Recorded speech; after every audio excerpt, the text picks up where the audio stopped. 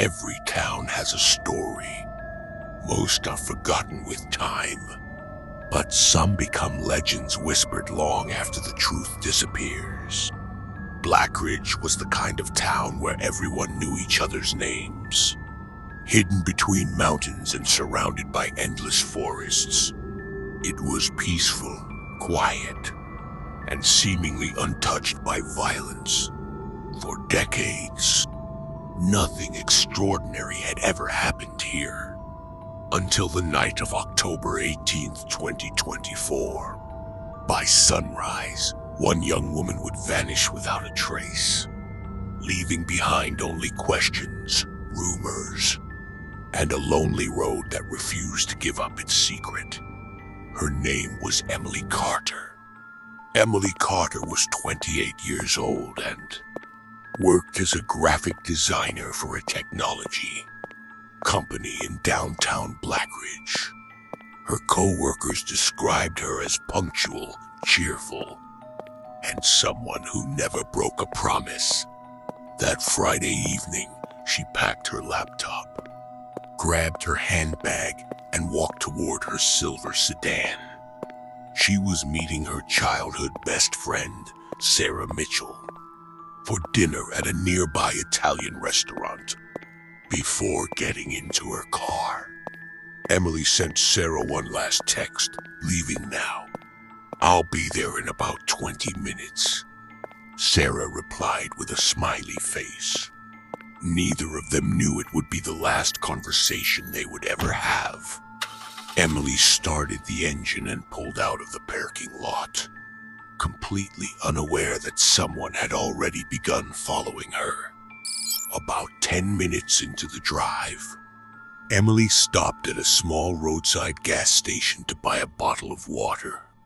The surveillance camera captured her walking inside the convenience store. She looked relaxed. She even smiled politely at the cashier before paying in cash. But the camera recorded something else. Seconds after Emily walked out of the store, a black SUV slowly entered the station. Instead of parking beside the pumps, it stopped several spaces behind Emily's car. The driver never stepped outside. The engine remained running. The headlights stayed off. For nearly a minute, the mysterious vehicle simply waited. Then, Emily drove away. The SUV quietly followed. At the time, no one noticed. Days later, investigators would replay that footage hundreds of times, because it was the last confirmed video showing Emily alive. The quickest route to the restaurant led through Blackridge Forest Road. During the day, it offered breathtaking views of towering pine trees and rolling hills. But at night, it became something entirely different. Fog drifted across the pavement as darkness swallowed everything. Beyond the reach of Emily's headlights, she glanced into her rearview mirror. Behind her, two headlights appeared in the distance.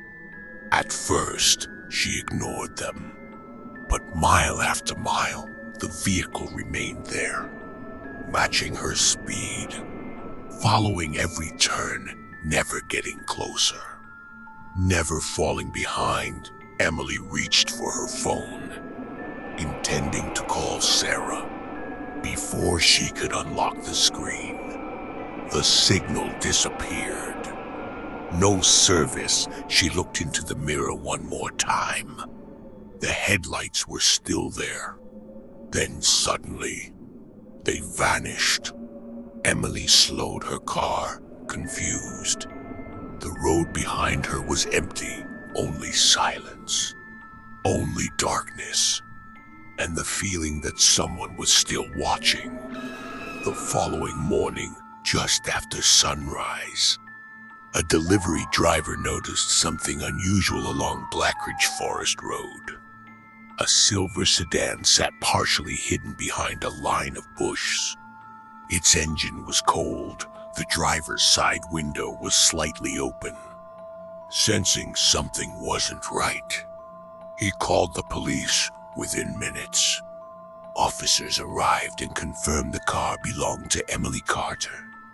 Everything she would normally take with her was still inside. Her purse, her wallet, her laptop, even the unopened bottle of water she had purchased the night before remained. In the cup holder, but Emily was nowhere to be found.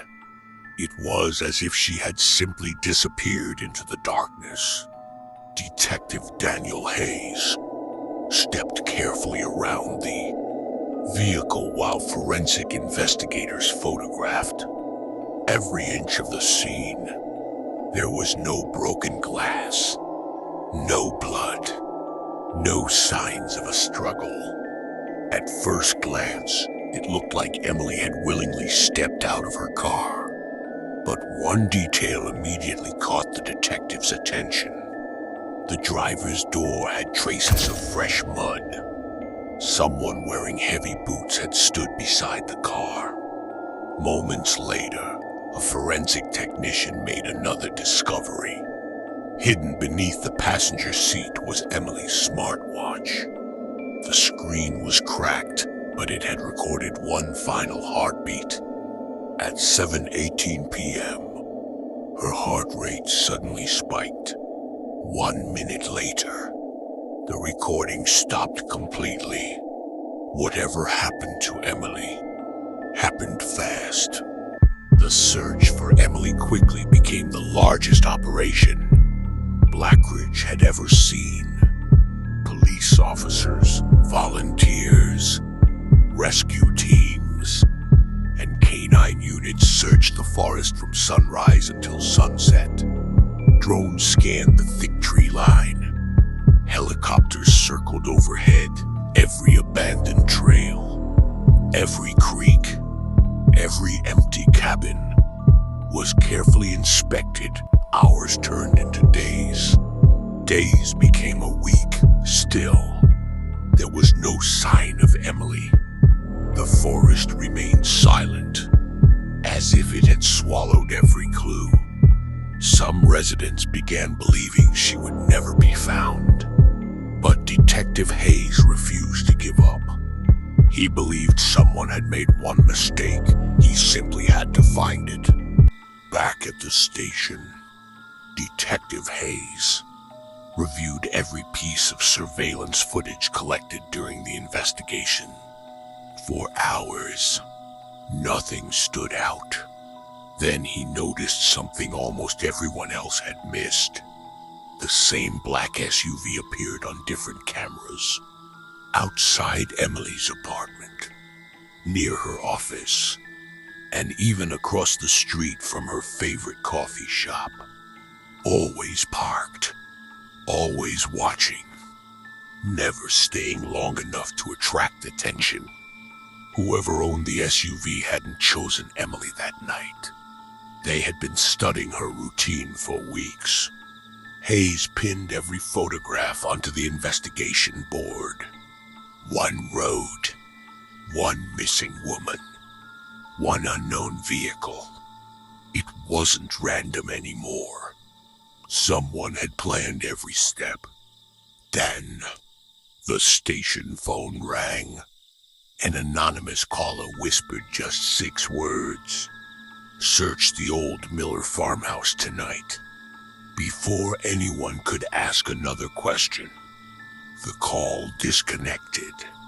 Detective Hayes looked at his team. Without saying another word, they grabbed their flashlights and headed toward the abandoned farmhouse hidden deep within Blackridge Forest. Rain had already begun to fall as Detective Hayes and his team arrived at the abandoned Miller farmhouse. The old wooden house stood in complete silence. Broken windows stared into the darkness, while the wind pushed the front door open with a long, eerie creak. Flashlights swept across the dusty floor. Nothing The living room was empty. The kitchen had been abandoned for years. But as they reached the second floor, one officer noticed something unusual. The dust covering the hallway had been disturbed. Fresh footprints. Someone had been there recently. The team followed the trail into a small bedroom. The room was almost empty except for a rusty bed frame and a broken wooden chair. Detective Hayes slowly shined his flashlight beneath the bed. A small silver necklace reflected the light. He froze. Emily wore that necklace every single day. Forensics carefully collected the evidence. Then another discovery was made. Hidden behind a loose wall panel was a disposable burner phone. Although damaged, technicians managed to recover part of its memory. One voice recording had been saved. Emily's frightened voice whispered only one sentence. "He's taking me back to the road." The recording ended abruptly. No screams, no struggle. Just silence. Detective Hayes immediately understood. The farmhouse had never been the final destination. It had only been a temporary hiding place. The road was where the answers still waited. Before sunrise, investigators returned to Blackridge Forest Road. This time, they searched every meter of pavement, every drainage ditch, and every culvert beneath the highway. Hours passed without success. Then one officer noticed freshly disturbed soil beside an old concrete drainage tunnel hidden beneath the road. Inside, they discovered Emily's missing cell phone, wrapped inside a torn black jacket. The phone had been deliberately hidden. Forensic experts managed to recover deleted GPS data and fragments of security recordings. One face appeared again and again. The driver of the black SUV. His name was Michael Grayson, a former private security contractor who had lived quietly in a neighboring town. Detectives learned he had secretly followed Emily for weeks, memorizing her daily routine before choosing the isolated forest road as the perfect place to abduct her. 3 days later, police arrested Grayson inside an abandoned hunting cabin nearly 50 miles away. Confronted with overwhelming digital evidence, he admitted to stalking Emily but refused to explain why he had chosen her. More importantly, he never revealed what truly happened after she disappeared. Despite months of searching, Emily herself was never found. The evidence was enough to convict Grayson for kidnapping and multiple related offenses. But without discovering Emily, investigators could never fully reconstruct her final hours. The mystery remained incomplete. Years later, drivers still travel along Blackridge Forest Road without realizing what happened there. The pavement has been repaired. The trees have grown taller. Nature has erased almost every physical trace of that terrible night. But for Detective Hayes, the case was never truly closed, because every time he passed that lonely stretch of highway, he remembered Emily's final voice recording. "He's taking me back to the road." Some crimes leave behind fingerprints. Others leave behind witnesses.